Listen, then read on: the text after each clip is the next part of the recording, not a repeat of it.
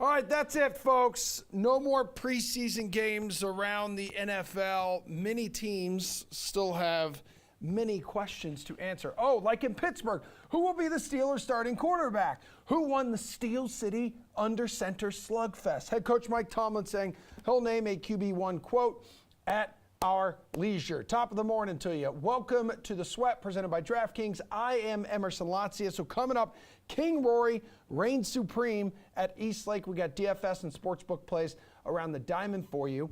Plus, less than 5 months into his major league career, one young superstar signs what could end up being the richest deal in American sports history. But let's get cooking around the NFL. That's what people are talking about. That's the hot goss around the water cooler. Julian Edlow, Pierce Dietrich, Jeff Ulrich, good to see you guys here. So following some heated joint practices against each other, the Bengals and Rams, they clashed in a preseason Super Bowl rematch. Most starters seeing zero action, so the game, whatever, wet fart means nothing. But which side is more likely to return to the Super Bowl this year, in your honest opinion, Jeffrey? I'm going to go Bengals. Woo! I mean, look, first of all, we gleaned nothing from these teams from preseason. Neither one of them even started their starting quarterback. So let's not blow things out of proportion here. It's not like I'm fading the Rams because of whatever their backup did. But I just like what the Bengals did in the offseason. I think they had a pretty strong draft. One thing that we can take from preseason is that Cordell Volson on the O-line looks like he's going to be a good steal. Zach Carter on the D-line looks like he was creating havoc for the Bengals in their final preseason game. These guys are probably going to be starters mixed in, legit players. I like what the Bengals did in the offseason, shoring up that O-line. Obviously, we get another season of Jason Burrow back, the same wide receiver crew. Yeah, I mean, I just think that the Bengals are a team on the rise. And, I mean, nothing against the Rams. They're in a tough division, but I'll take the Bengals to go back. I think they're still being underrated a little bit by the market, too. All right, Pierce, Rams with the third best odds to win the NFC on the DK Sportsbook. Bengals with the sixth best odds to win the AFC. I'd take the Bengals just for the payout, but on paper, they're basically the same team. Well, not the same team, but in terms of skill and weapons, they're only better than they were last season, so you really can't get down on them. I mean, you can play the narrative route of, well, the Bengals had an easy route to the Super Bowl last season. They barely beat the Raiders. They got a fortunate turnover against an overrated Titans team. You got to give them credit for the Chiefs game, but then again, they lost the Super Bowl. And you can say the same thing, though, for the Rams. Beat a really bad Eagles team. They beat a Buccaneers team that was dealing with injuries. They beat a 49ers team that was dealing with significant injuries. So both had a pretty easy route to the Super Bowl, but I don't think that's a big issue. Both have a really good shot at going this year based on the players on the page. It's just who stays healthy. And I bet it's going to be the Bengals and take the longer odds. All right, Jules, who is more likely to return? Who is more likely to have a Super Bowl hangover? It's interesting because the Super Bowl champion, or the Super Bowl runner-up is on an awful Week 1 ATS skid, but a lot of those teams haven't been as young as the Bengals and gone in and addressed the needs like the Bengals did on the offensive line. So in terms of what team I like better for their outlook for 2022, I guess the answer is the Bengals. But to answer the question, who can make it back to the Super Bowl, I would lean a little more towards the Rams. I just think that the path there is a bit easier in the NFC than the AFC.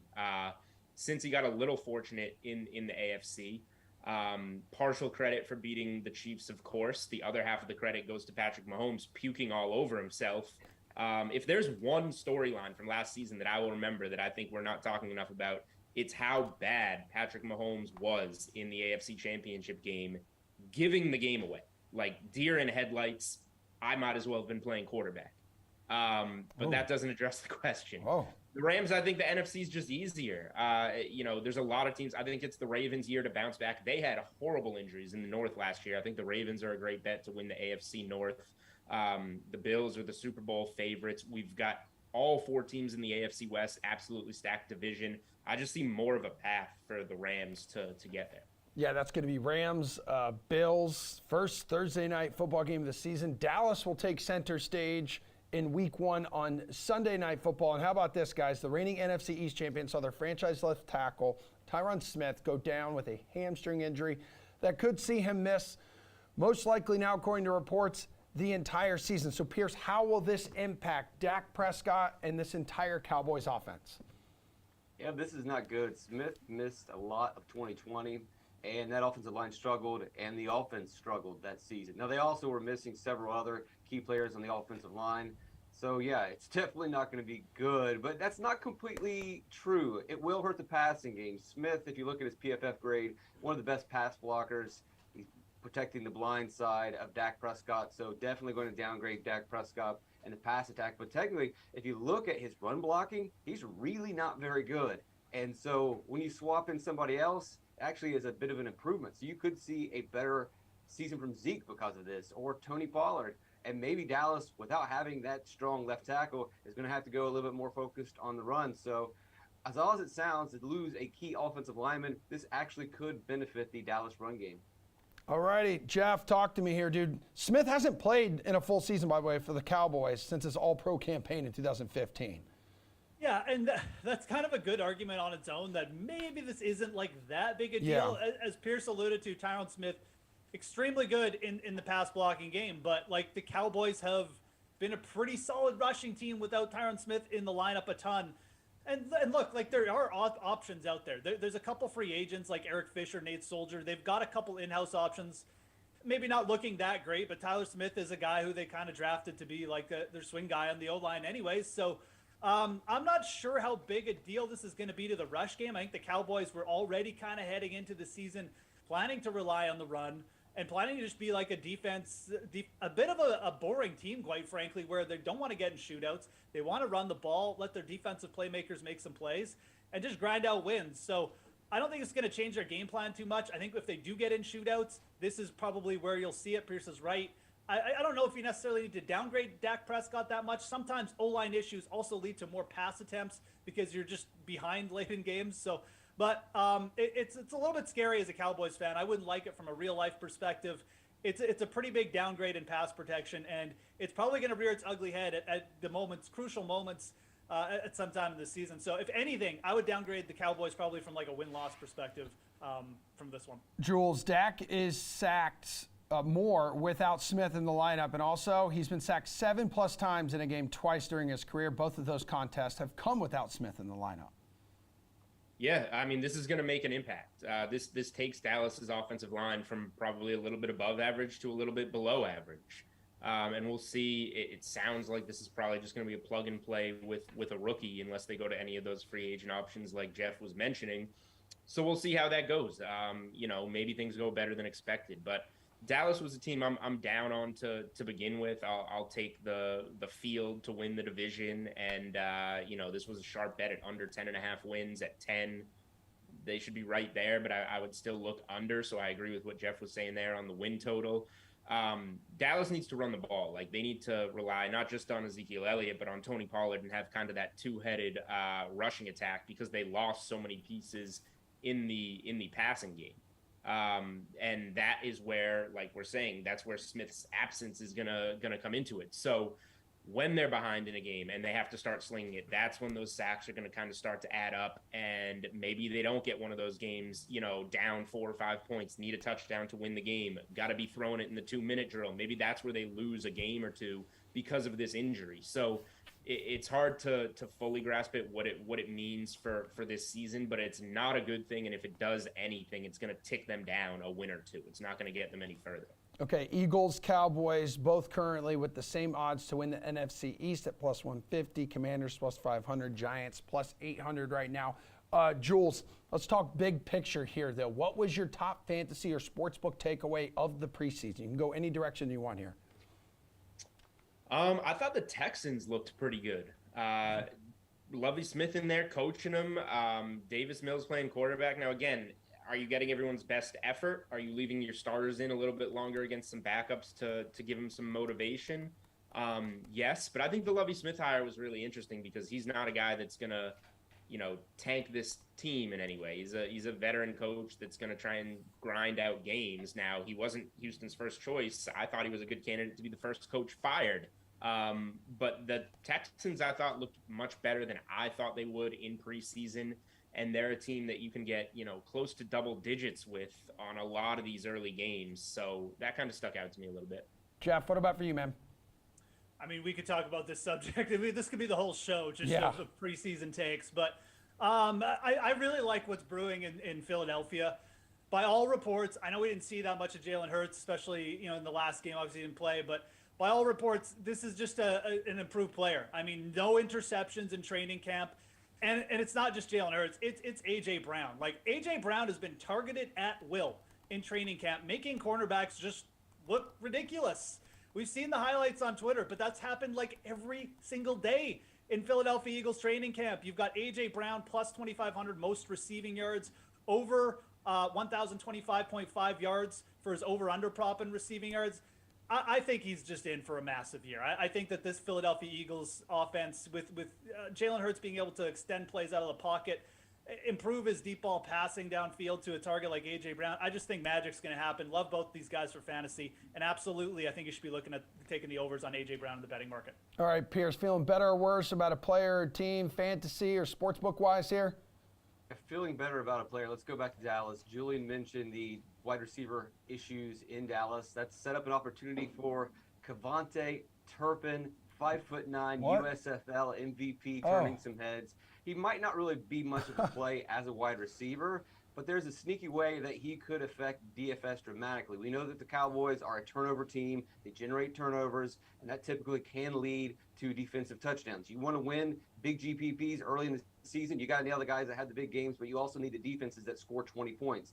Dallas has a really good shot at scoring a lot of defensive points with their ability to make turnovers. Also with Turpin, who had a punt return for a touchdown and a kick return for a touchdown. He was a return specialist at TCU before he got kicked out of there for off-field issues. He's been good in the minor league seasons. He's now getting an opportunity. He could absolutely change some GPPs early in the season with a kick return. Well, while you three are here, we'd like to continue our discussion and preseason preview of some of our divisions around the NFL. So today, let's take a look at the AFC East, which is home of the preseason Super Bowl favorite on the DK Sportsbook.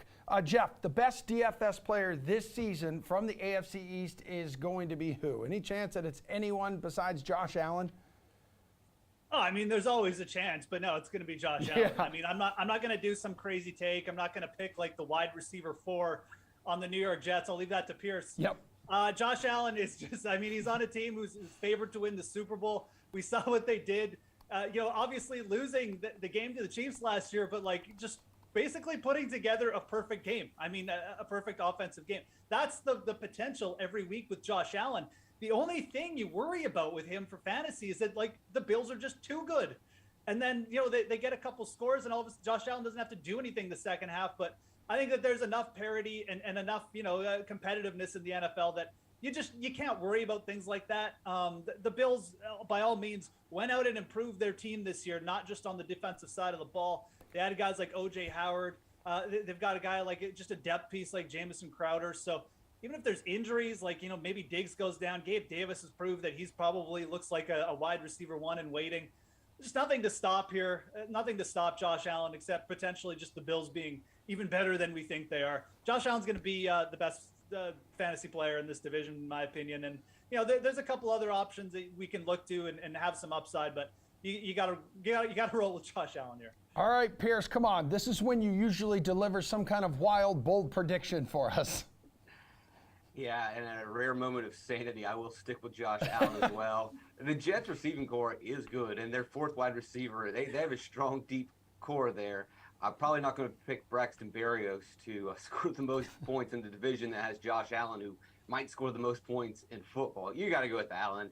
You can't, even if I did like the Jets receiving core, who's going to get the ball to them? How are they going to get the ball to them? They've got quarterback injuries. They've got offensive line injuries. Jets are just going to Jets. What are you going to do there? The Dolphins have too many weapons. If there were a couple fewer options in the passing game or in the backfield, maybe. Although I'm not on Team Tua. I think that he's going to struggle this season. The new system's going to struggle. So it's just obviously going to be Josh Allen. And the Patriots just never do anything for you in DFS. They're going to have good games, but they're just not DFS relevant unless it's a showdown slate. Yeah, Jules, there have been a lot of people who expect Tyreek Hill's, his value, fantasy value, to take a hit with Tua now as his quarterback. Yeah, I mean, so it's Josh Allen. That's the answer. The Yes. Bills' offense is scary good. And if you're backing the Bills, in the betting market, obviously you want to see their defense improve and be better. If you're talking strictly fantasy here, yeah, you want the defense to not be as good and kind of be like last year in the playoffs when, like Jeff said, the Bills played perfect offense for 2 full playoff games against New England and Kansas City. They scored pretty much every possession. They just got unlucky, obviously, for the end of the game in Arrowhead. So if they're going to keep churning out that production and they use a second-round pick on James Cook, a good dual-threat running back out of Georgia, like, the offense is going to be good. So I'll go, I guess, in another direction and just say the question down there says, who is your favorite DFS play in the East? Everyone's favorite is Josh Allen. I like Tua Tagovailoa. I like the spot he's in. You know, he's got to prove it this year, and he's got the O-line and the pass catchers to do so, and the offensive scheme to do so, and hopefully the health to do so. And I think the offensive line upgrade is going to play a huge role in keeping him healthy. So I think Tua is going to be a lot better than people expect this year, and I think we're going to see that right off the bat against a New England team. We want to talk preseason takeaways. They showed me nothing on either side of the ball. So Dolphins over the weekend, that moved from 2.5 to 3 week 1. I think the Dolphins are going to roll offensively in that week 1 game against the Pats. All right, Jules, but then how much interest would you have in Miami at plus 475 to win the AFC East? Because we know the Bills are big favorites to repeat as division champs. I have no interest in the Dolphins to win the division. It's going to be the Bills' division unless Josh Allen suffers an early or serious injury, which we won't hope for. I wrote up a review of the VSiN NFL betting guide. It was 17 analysts from VSiN that picked all the divisions and conferences and whatnot. There was one consensus pick. All 17 analysts have the Bills winning the AFC East. I don't know if that's a good thing or a bad thing, but I'm not going to be the guy that goes against them. So I'll say this: you can bet division finishing positions on DK Sportsbook. I think, like I just said about week 1, I think the Dolphins are the better team than the Patriots this year, and the Jets not in the conversation. So last I looked, Miami was plus 165 to finish second in the AFC East. I think that's a better bet than their win total or anything like that. All right, Jeff, how are you approaching a division winner bet here in the East? Or would you rather do something like Jules just mentioned and bet maybe a team's finishing position instead? Yeah, you could definitely look to the finishing positions. I actually like that. I mean, look, in this market, in the AFC East market, there's just it's just one of those ones that I've kind of just laid off. The Bills at minus 240, honestly, like even how much they've been pumped and they've been, because they've been the favorite like all off season, it almost doesn't even seem like that terrible odds here. I mean, like we're basically just fading a Josh Allen injury. Maybe it's not that simple, and it's really not. It's the NFL, but it does feel that simple. I think that one route you could take too is taking the Patriots and the Dolphins. I'm not quite as high on the Dolphins. And again, like I know the Patriots have looked like junk in the preseason, but I mean, that's pretty much a typical Bill Belichick preseason. So I'm not as down on the Patriots either. It's actually interesting that these two teams have kind of flipped in odds in terms of second. I would actually look, if you're looking at the second place market, probably to take a bet on the Patriots. I think that Mac Jones will be better than he's shown in the preseason. But yeah, in terms of division winner odds, I mean, I almost think that like, you know, you could look to maybe parlay the Bills here. I mean, minus 240, it's super short, but you know, we all like the Bills. Everybody likes the Bills. It's not just like a fancy pick. It is a very good reason. I mean, this is probably the best team in football going into the season. And obviously there's huge outliers to dodge, but you know, minus 240, it doesn't seem that terrible. I'm just not big on backing rookie head coaches either. So kind of out on the Dolphins, even though I recognize that they're probably going to be a more exciting team than last year. Pierce, do you agree? Minus 240 there to win the division, not all that terrible?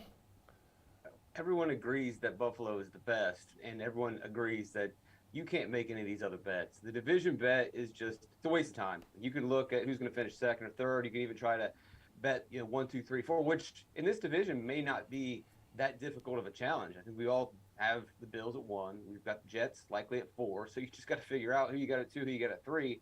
That's not that crazy of a pick. I would just take Patriots 2 and then 3 for the Miami Dolphins as they try to figure out the problems. Now, Buffalo owns the division. We know that they probably are going to struggle in the playoffs or just not get it done in the playoffs, but that doesn't matter. They're way too good. No one's leapfrogging over the Bills. They improve their defense. They improve their offense. You can't bet this division. Okay, Pierce, so maybe a team's win total is a little more easier for you to decide. Like, which bet there would you target? I'm going under on the Dolphins at 9. I just don't like. I mean, Jeff alluded to this. You've got a rookie head coach coming into a Dolphins team that not necessarily wasn't really that stable last year. Yeah, they've got a lot of receivers there, but they've got a lot of wealth where I don't know if they necessarily need it. They've got a lot of receivers who could do well if they get volume, but how are they going to get all this volume to the different receivers, the different tight ends, the different running backs? They've improved their offensive line, but ultimately for me, it just comes down to Tua. We've now got 2 seasons of him, and he just really hasn't shown any development. Last year, he had 4 good games, 4 highly rated PFF grade games, and the rest he just struggled. He's supposed to get better in his second season.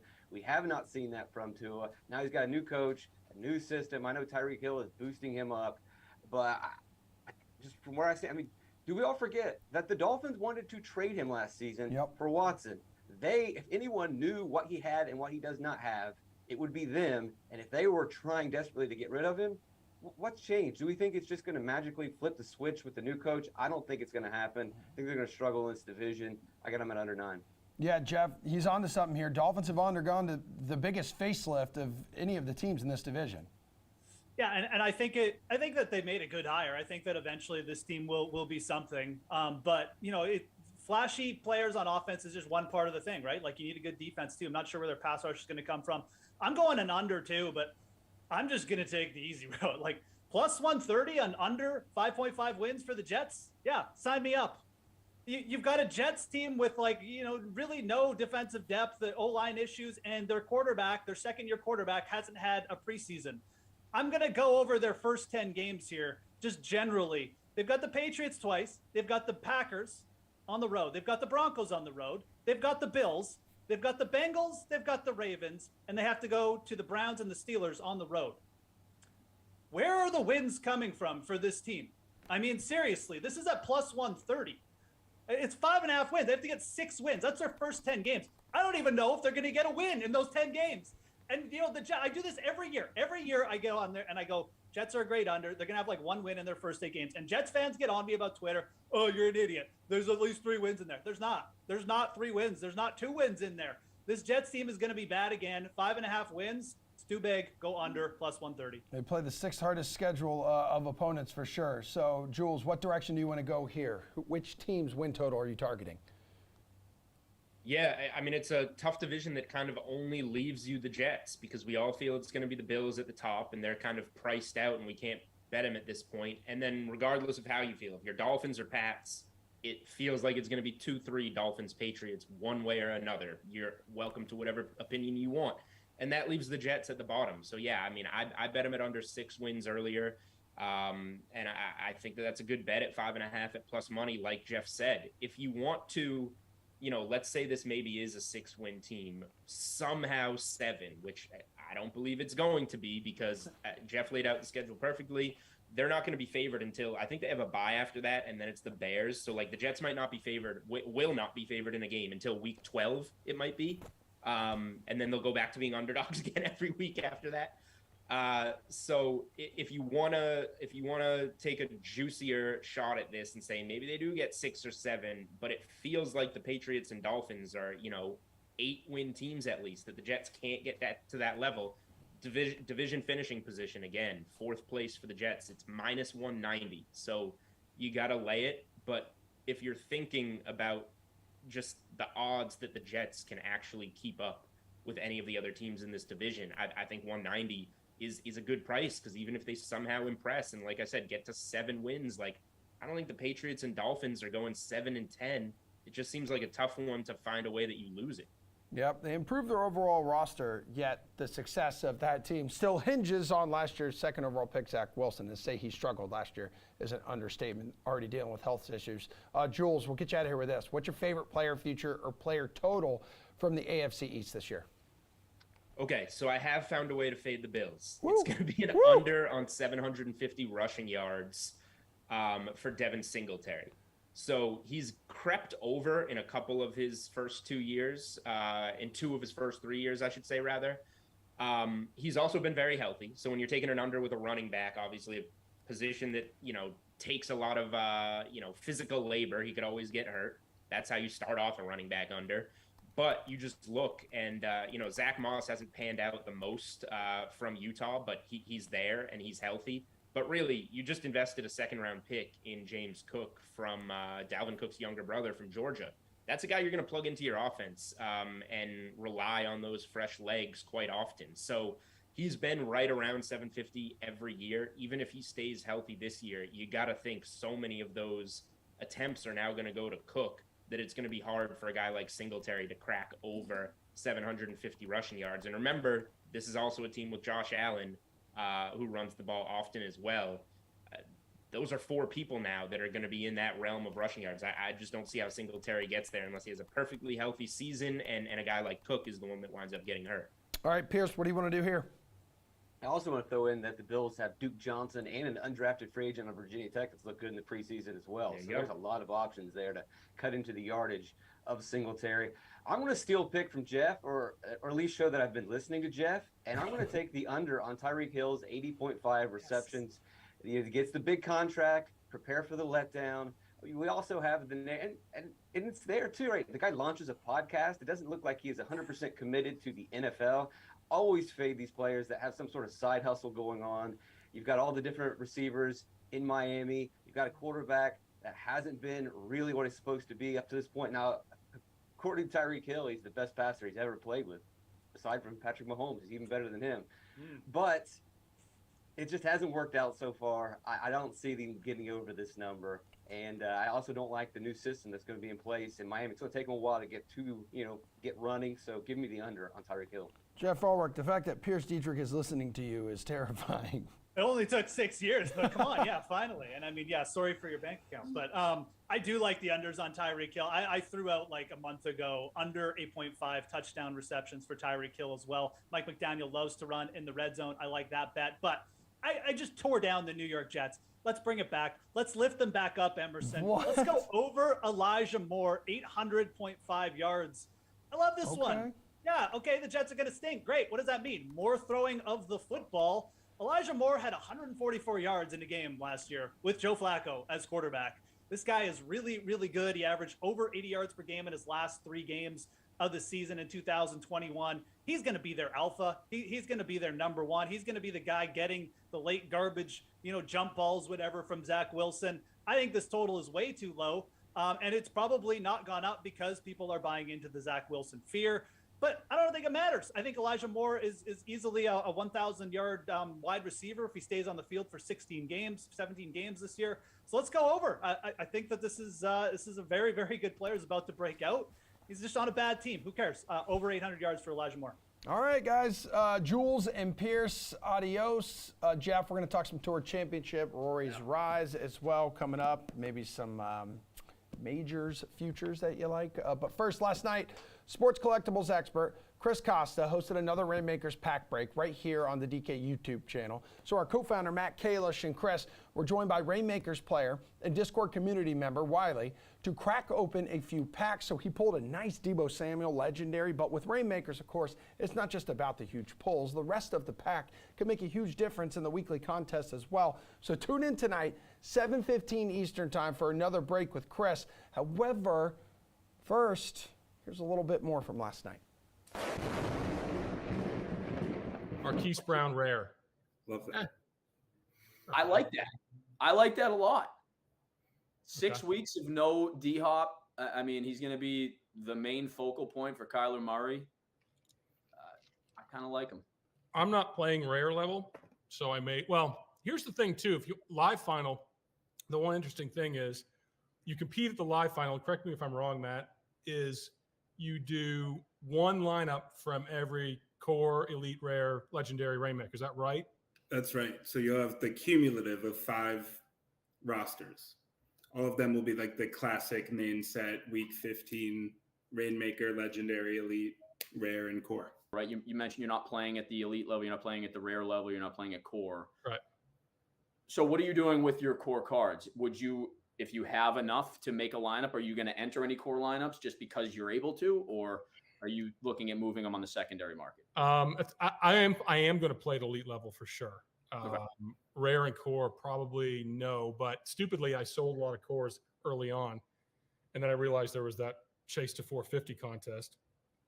And then I realized that you need them for the live final. So I actually do need to hang on to them if I do end up making it there. So you're yeah, stashing some of your Right, cores right. and your rares. And then listen, if there's a four, like some of the contests that DK's put up, right? They're not just for cash. I mean, they're for packs, they're for cards, and there's some, like there's one this week for a 4-4-4-4 entry into Classic NFL. You know, and not many people are going to enter that. I hope. Yeah. Back to the Yeah, I back. think the game selection is going to be a factor that, you know, like there might be spots where maybe it's your third favorite prize, but you just feel like there's just not like that many entries in there. Maybe you get a better chance, you know. So it's interesting to see how that all plays out. So despite trailing by as many as 10 shots at Eastlake Golf Club in the final event of FedEx Cup playoffs, so Rory McIlroy here, capping off a hell of a season. Look at these numbers here on your screen. He rallied Sunday to take down world number one Scotty Scheffler. He became the first three-time winner in the history of the FedEx Cup, and banking, oh yeah, not too shabby, $18 million paycheck, first place prize that comes with that trophy. So DK Nation's Colin Sherwin's here. DK contributor Jeff Ulrich has returned as well. So Jeff, so like yesterday wasn't exactly, or actually yesterday was exactly what the PGA Tour needed really to end this tumultuous season. How much credit do you give Rory? He's the superstar who has emerged as arguably the most important voice in golf right now for tracking down Scheffler. Oh, I mean, look, Rory loves this event. I mean, he loves East Lake. He loves the playoff format. I mean, I don't know what it is, but he rises at this every season. So, do you give Rory McIlroy credit? Yeah, absolutely. I mean, it was an amazing comeback. It's a guy who's just kind of stepped up at exactly the right time for the PGA Tour this year. Not only on the course where he's, you know, had that big win in Canada the week there where Liv was coming on strong, but he's featured at all the majors. I know he hasn't won, but he's featured. And then he comes and just wins the flagship event and gives the PGA Tour one more notch, one more big kick upwards to end the year. So realistically, like, it's been an amazing season for Rory. And I know, like, the naysayers like me will say, like, he didn't get a major. It's kind of a lost season. And there is truth in that. Like, honestly, there is. This is the guy at this point in his career, he really only cares about majors. I guarantee you asked Rory back in his hotel room, hey, could you give me all that cash for a green jacket? He'd do it in a second. But I think people will remember this season for Rory for the simple fact that he stepped up for the PGA Tour. When they needed him to be the spokesperson, and he stepped up, and he was there all year. It's a great season for Rory. It shouldn't go overlooked. And I think that, you know, hopefully, because this guy has been so good just on the mic and on the course, we get to see him lift another major championship trophy in 2023. Yeah, Jeff Ulrich tweeting 17 hours ago, tough scene for Scheffler.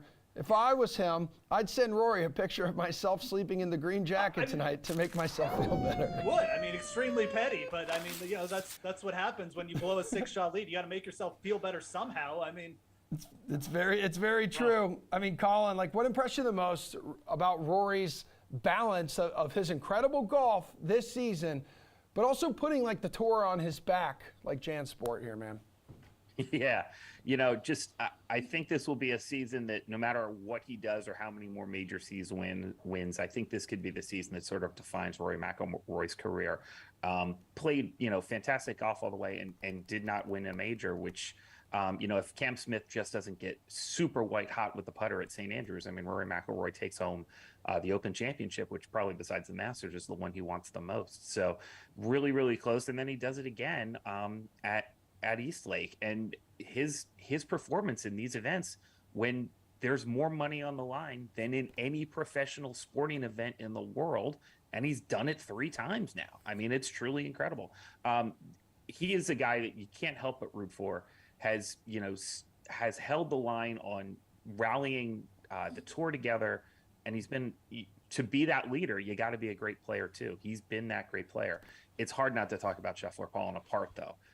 Yeah. But you got to give the credit to Rory here. He deserves it. And, you know, it's a shame, but I don't know if Rory won this as much as Scheffler lost it, but I'm really glad that Rory's going home with the trophy. Yeah, and did you see the move that like Rory pulled afterwards, right? He goes over, Colin, he goes over to Scotty Scheffler's family and like apologized to them. Like after the victory, I'm like, come on, man. I mean, classy, like, yes. I mean, did you really need to do that? Because you mentioned that bunker shot he had on 18, like, that was as perfect of a lie as you're going to get in a bunker. And the guy just hit not a great shot for world number one. After the whole season, though, Colin, is he still your number one golfer for you? Yeah, I'm going to give, if we're going to have Player of the Year award, I'm going to give it to Scheffler. Okay. The Masters makes a difference here. Being number one all year makes a difference. And just not having a great Sunday is not going to put a dent in that. He's an amazing player. Tee to green, around the greens, can putt it, has all the skills, has everything in the bag. But yeah, I mean, he just fell apart and cost himself about $13 million on Sunday. And that's really unfortunate. I was too busy like running around the sports bar celebrating my 20-1 Rory McIlroy cash ticket. Yeah, baby. So I missed the handshake there. But that sounds like visions of Nick Faldo and Greg Norman in '96 at the Masters, where, they were both in the last group. And I think Norman had a 6-shot lead when he started and shot a 78. So, yeah, because Greg went in for the handshake and then Nick went in for the hug. So seems like that kind of moment. And that's just kind of guy Rory is. So, yeah, I mean, you just can't help but root for the guy. And he's the reason why I think the PGA Tour is still going to be the more compelling product at the end of the day after all of this nonsense gets shaken out. Yeah, Jeff, he still earned a record-setting amount of money during the PGA Tour's 2021-2022 season. But, sometimes even the best fall short here when the lights are at their brightest. I mean, it's a long season for Scotty Scheffler too. It sucks that he couldn't cap it off, and he really did kind of just deserve, because he had started so strong in the tournament. I mean, it's a tough position to go in that mindset and just have your pedal down. But he had the 6-shot lead. And the thing that people forget about Scotty Scheffler, like it sucks that this is the way it's going to end.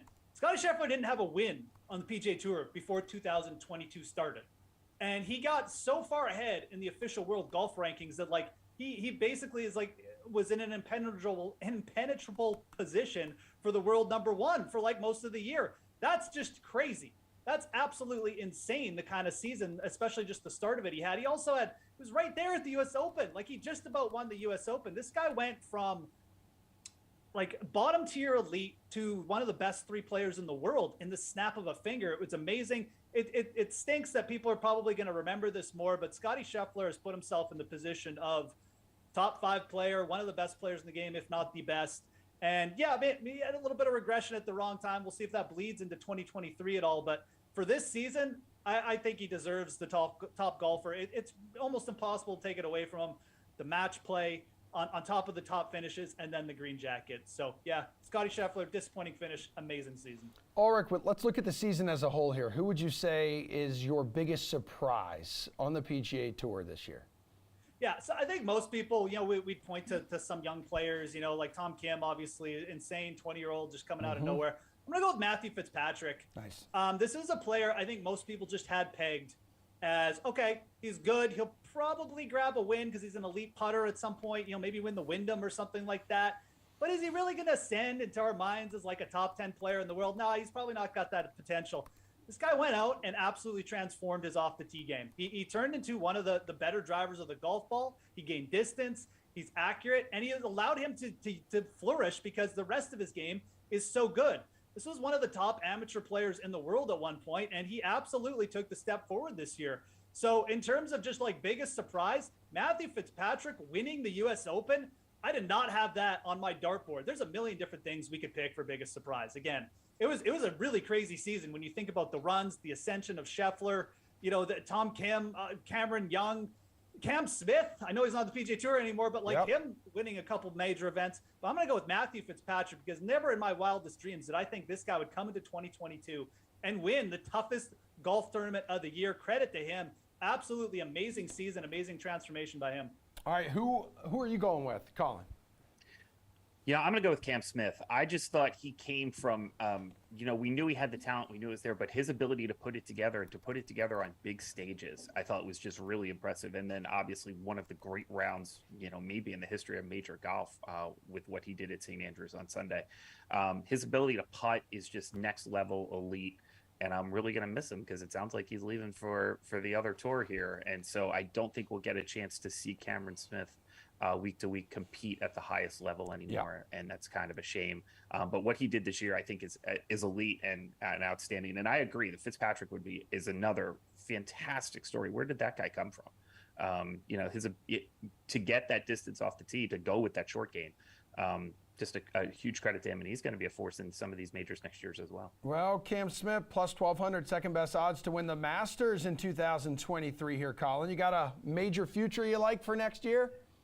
You know, so I've been digging into the Los Angeles Country Club golf course a little bit, trying to find something that I might like for the Open. But for the Masters, I'll take Rory McIlroy. Okay. I think he's probably the guy.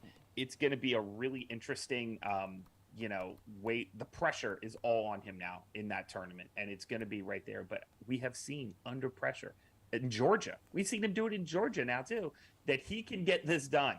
And so I really think Rory's just going to, fairy tale win it, and I think he's going to come away with it.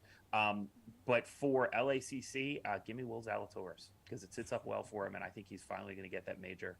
20-1 right now. I like the price. You're not going to get that price by the time the tournament starts.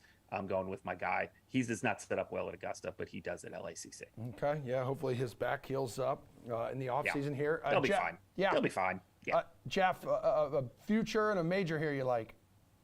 Yeah, I'm going to, again, I agree. I mean, I think that you can start. I mean, I'm actually surprised. Rory's still sitting at plus 1,100 for the Masters.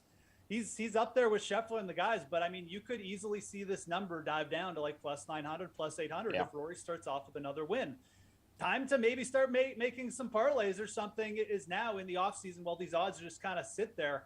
I'm going to go with another guy, though, for my main futures target, and that's going to be Cameron Young. I like Zalatoris as well. Back injury scares me a little bit, but Zalatoris is fine. But Cameron Young, U.S. Open and PGA Championship odds plus 4,000. This guy is going to win on the PGA Tour extremely soon. And when he does, these major championship odds will also drop. So I think that Cameron Young, you can get him right now at these odds. I don't think that they'll be there come time. So you want a futures investment? That's where I would go. There's nobody who profiles better, except maybe Zalatoris, for the U.S. Open and the PGA Championship because of the length that Cameron Young has and his ability around the greens as well. It's just a deadly combo. He's going to be competitive at these events, assuming he's in form. Give me plus 4,000 at both those events for Cameron Young. Yeah, and that was some big news over the weekend, too. Cam Young, who's a Rookie of the Year favorite on the PGA Tour, says he's going to stick with the PGA Tour. And a lot of those changes that were announced last week were a big reason why. Hideki as well saying that he's going to hang out and just stick around for a little bit. Guys, thanks so much, everyone watching. Please stick around because we got some MLB best bets and DFS plays for tonight's 8-game main slate coming up after this.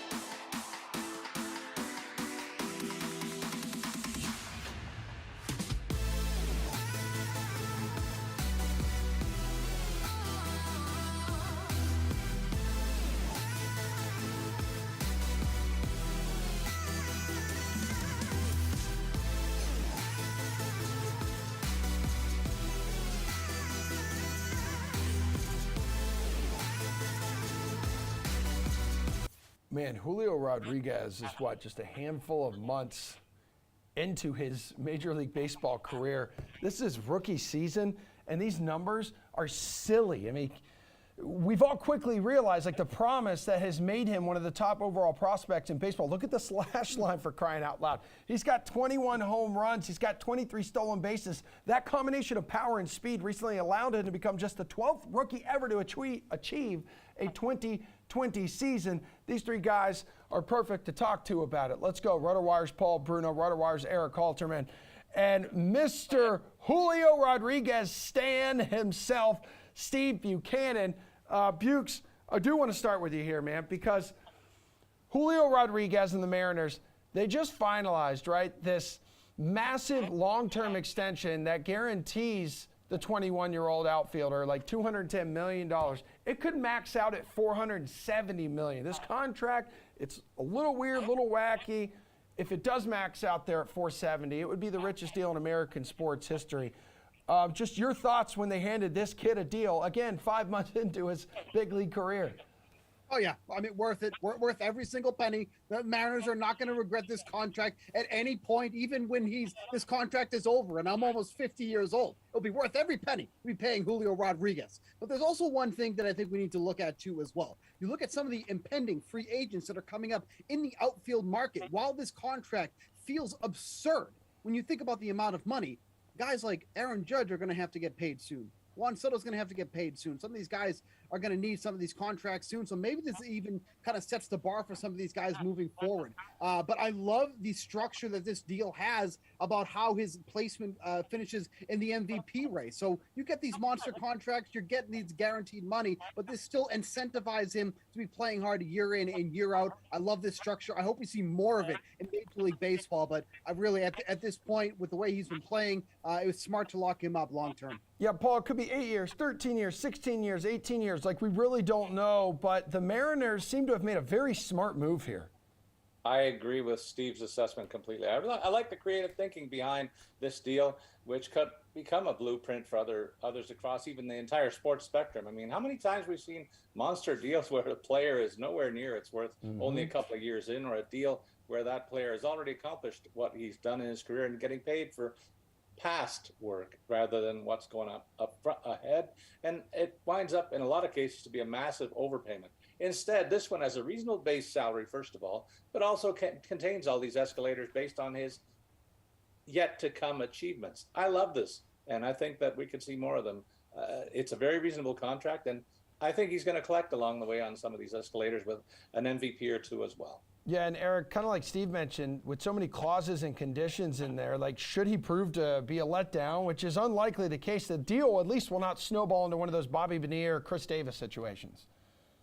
Right, although even then he still gets a big player option to give himself an incredible amount of financial security at the end. I love the structure of the deal. I think as fans, we get annoyed when players are paid wrong. We don't like it when young guys are dramatically underpaid. We don't like it when old guys are dramatically overpaid. There was some talk of somehow tying salaries to war in the latest labor negotiations, which was roundly shot down for good reasons. But something like this, where his pay scales based on how well he performs, I think from a sense of fairness, I think that's fantastic. I think if you're talking about his chances of getting an MVP and hitting those escalators, here are the guys this millennium who have had a higher WRC plus in their age 21 season. It's Mike Trout, Albert Pujols, Giancarlo Stanton, and Cody Bellinger. All four of those guys, I believe, have won MVPs. So he's absolutely setting himself up to hit the high end, or at least give himself the best possible chance at hitting the high end of this contract. And even if he doesn't, he'll still be paid very handsomely. All right, guys. Well, it turns out that was the start of our Cover the Bases segment. That was first base. We're going to second base. We're going to look at tonight's main slate. I believe 8 games to choose from. A favorite DFS pitcher, Steven. Who's your guy tonight? You know, there's some obvious choices on here on a pretty small slate. This guy's like Corbin Burns and whatnot. That's no problem. I love this spot for Frankie Montas going up against the Angels, a team that he knows extremely well, playing in the AL West for his entire career. But you look at the numbers in the 2 appearances he's made against the Angels this season, 7 2/3 innings, 14 strikeouts against this joke of a franchise, giving up only 2 runs in those games. I have no issue with taking him tonight. He finally looked like he was starting to turn the corner in his last start there against a very tough offense in the Mets. Now in one of the better ballparks in Major League Baseball. In LA, his numbers skewed dramatically when he was home in the Coliseum. So while he's not there tonight in the lofty Angel Stadium, that's to help out his cause too tonight against just a putrid offense all around. I mean, this Angels team is just such a joke at this point. Give me Montas at a big discount here at 7,300. All right, Paul, who do you want on the mound tonight? Well, first of all, Steve must have missed the games that I had to go through in Toronto where the Angels looked like world beaters all of a sudden. So I'm not as high on Montas, who's been inconsistent of late as well. I go right to the top of the board tonight for Burns at 10,400. Look, he's a big reason why is that all the other high-priced options, some of them are even facing off against each other, but I don't like their win probability. And it's huge in this game for Burns. He's got that firmly in place against the Pirates club that he has been dominating all season long in 3 prior outings where he's allowed only 8 hits over 18 1/3 innings pitched. And the Buccos are in last place in runs scored on the year, and I think that's on merit. I'm convinced he's going to own them again tonight. The other pitcher I consider is Jose Berrios. Look, the Jays need a lifeline after that terrible weekend, and he's looked razor sharp in his last 2 starts, covering 12 and 2/3 innings pitched. 15 strikeouts against only 2 walks, alongside a total of only 3 earned runs in that stretch. And he gets the lowly Cubs team that's been decimated by injuries. A Berrios price tag of $7,600 is a bargain here. Yeah, recently shut down the Red Sox and Yankees and back-to-back starts, too, on the road. Eric, who do you have interest in tonight? I think there's 2 paths to go tonight. I think you go with Burns or one of the other really high-priced guys along with somebody cheap, or you go with 2 mid-priced guys. One of the guys Paul or Steve mentioned, along with, I think, Ranger Suarez is the top unmentioned guy. At 8,800, a little pricier than the likes of Montas and Berrios, but he's been on fire lately. In his last 7 starts, a 1.54 ERA. In 4 of those 7 outings, he didn't allow a single earned run. And in the 4 of those 7 outings that came on the road, he only allowed 1 total earned run. Obviously, pitching in Philly, you have some home run risks that aren't quite the same pitching in Arizona against the Diamondbacks team that's 22nd by WRC plus on the season. Suarez wasn't necessarily the version we saw last year in the early part of this season, but he seems to be back to that now. Decent number of strikeouts, not many walks, and a lot of grounders. I'm willing to pay $8,800 for that in this matchup. Alrighty, Bukes, third base, favorite DFS hitter. How much money are you spending? Yeah, I'm going to go with JT Realmuto tonight going against Madison Bumgarner for the Phillies. He's been absolutely crushing it in the second half of the season so far, hitting over 327, hitting for a ton of power too as well. You look at some of his second half numbers here, 6 home runs, 8 doubles, 3 triples for JT in the second half. He's motoring around there with those wheels, but Bumgarner has been absolutely atrocious in the month of August. He's given up at least 5 runs in 3 of the 4 starts that he's made this month. 7.94 ERA, 4.15 WOBA, but just not getting it done for the Diamondbacks, but nobody's noticing because nobody watches the Diamondbacks anyway. So I think JT, really the whole Phillies offense tonight is in a great spot. So give me him at the catcher spot tonight. Paul, who's your favorite DFS hitter? Steve, my sister-in-law has season tickets for the Diamondbacks. She's not going to appreciate that remark. I'm sorry about her luck. That's just very unfortunate. Oh, wow. I'm kidding. I like Xander Bogaerts of the Red Sox for $5,200 tonight. Over the past week, his power stroke has produced a couple of bombs, and he's also compiled 3 multi-hit games in that stretch. That gets him out of a funk that preceded this for about 9 games. So now that he's back on the beam, I also point to the fact he has an excellent history head-to-head in this matchup with the starting pitcher. 1.162 is the OPS over 39 at-bats against Dylan Bundy, and Bundy's really struggled mightily against the Red Sox in general over his career too. If you're looking for a bargain price bat, I throw in Lars Nootbaar, and I love saying that name, of the Cardinals into the mix for $3,000. You get a guy who has 5 multi-hit games over his last 12 starts and has emerged as a consistent contributor in a potent Cards attack. He'll also enjoy the platoon edge against Cincy's veteran starter Chase Anderson, who last I heard is back in the major leagues, but boy, he was a home run waiting to happen if you were a batter, and the last time I saw him, and I think that could be the case again today. All right, Eric, who's swinging good wood, man? Yeah, Paul's bonus guy there was my favorite guy by far, Lars Nootbaar. So just to go in a little deeper on this, think about every single secondary factor you could ask for that makes a fantasy hitter more interesting. Lineup position, he's been the leadoff guy the last 7 games. Park, this one's in Cincinnati, one of the best parks to hit in. Platoon advantage, as Paul mentioned, he's got that. Opposing starter Chase Anderson, no major league innings this year, 6.94 ERA since the start of 2020, and it's not like he was lighting it up in the minors either. A 4.50 ERA in 80 AAA innings. Not really sure why the Reds are giving him an opportunity here rather than calling up literally anybody from AAA to see what they can do. This all without even talking about Nootbaar himself, who's developed into quite an interesting player.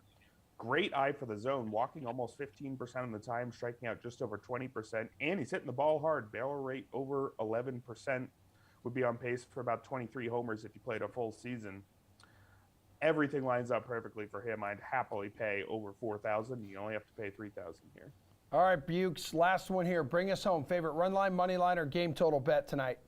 Yeah, I'll take the Dodgers on the run line minus 130 here going up against the Marlins. The Dodgers are the second best team in the league on the run line, going 79-47. That's only trailing the Baltimore Orioles there. And then the Marlins have been literally one of the worst offenses in all of baseball for the entire month of August. They've scored a total of 51 runs this month, hitting 200 as a club. They're going up against Tony Gonsolin tonight, who was an early Cy Young favorite. It's kind of tailed off a little bit here, but his numbers have been more than serviceable, and he should have no issue going through this Marlins lineup tonight. So a little bit juicy on the run line there, minus 130, but I like the Dodgers here a lot. Paul, where are you going? I look at the suspect starting pitching matchup between the Sox and the Twins tonight against two pretty good offenses, and I think that the over's in jeopardy early here at 8.5, so I'm on that one. But I'm most interested in the Cards versus the Reds with the favorable pitching matchups that we highlighted on the one side. The Cards might get there all by themselves with their righty power against Anderson. Looking for Goldschmidt and Arenado to have big swings here. They'll go a long way to getting this game to the overside of 9.5. All right, Eric, bring us home. Yeah, I think the best way to start the week is by having Steve yell at me, so I'm going to go with that. I'm going to take Marlins at plus 190 versus the Dodgers on the money line. Pablo Lopez should never be plus 190. That's basically the extent of the logic here. Yes, the Marlins have been shaky, more than shaky offensively. Terrible also works. They have not been good, but Pablo Lopez is quite good. Plus 190 is way too much to ever give him. Look at Lopez compared to Gonsolin in the underlying numbers. Their strikeout rates, identical, 23.7%. Their walk rates, 0.1% apart. Lopez even gets a few extra points in ground ball rate. They're essentially the same pitcher by everything but ERA. All the ERA estimators say their results should have been the same, or more or less the same, even slightly in Lopez's favor, actually. He's been in a slight slump to start the second half, although that was, again, mostly inflated due to a 363 BABIP. His underlying numbers still seem like Pablo Lopez. I think this one should be maybe plus 140, plus 150. I definitely think the Dodgers should be favored, but plus 190 is way too good of a payout with Lopez on the mound. Thank you so much, gentlemen. Appreciate it. Ladies and gentlemen, that is all the time we have for this Monday edition of The Sweat. The slate is coming up tonight at 5 o'clock Eastern Time at Glash and Jeff. There's 6-game Madden slate kicking off at high noon, and I'll be back here in studio tomorrow morning with Jesse Cofield, 11 o'clock Eastern Time. We'll see you then.